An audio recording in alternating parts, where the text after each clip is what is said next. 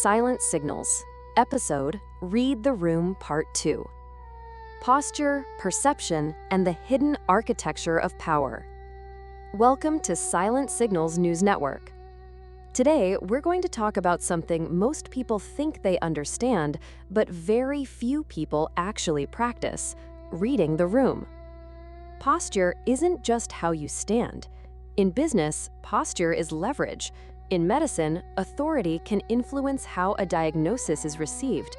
In chess, positioning tells you what your opponent may be preparing to do. And on the world stage, posture is power made visible. John F. Kennedy understood the distinction when he said, "Let us never negotiate out of fear, but let us never fear to negotiate." That's posture.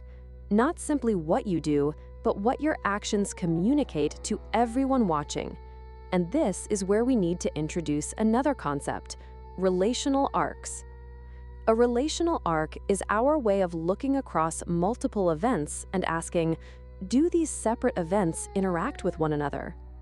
A North Korean missile unit reportedly deploying into Russia isn't just a Ukraine story. Ukraine's shrinking air defense capacity isn't merely a military statistic. European rearmament isn't simply a German domestic policy story. And the enormous pressure surrounding the Strait of Hormuz isn't merely an oil story. Each event occupies a different category. Together, they describe a changing strategic environment.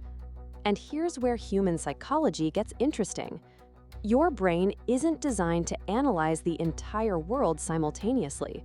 It prioritizes novelty, threat, emotion, familiarity, and information that fits existing mental models. That's useful when you're crossing a road. It's considerably less useful when you're trying to understand geopolitics. Researchers have repeatedly demonstrated that the way information is framed can change decisions even when the underlying facts remain identical. Tversky and Kahneman demonstrated this experimentally decades ago. Then comes repetition. A 2026 systematic review and meta-analysis covering 182 studies and more than 31,000 participants found robust evidence for the illusory truth effect. Repeated claims tend to feel more true than unfamiliar ones. And misinformation has another nasty characteristic. It doesn't necessarily disappear when corrected. A major review in Nature Review Psychology describes the continued influence effect. False information can continue influencing reasoning even after people learn that it was false. Now look at what happens when you combine those psychological vulnerabilities with modern information systems. A landmark science study examined roughly 126,000 news stories circulated on Twitter.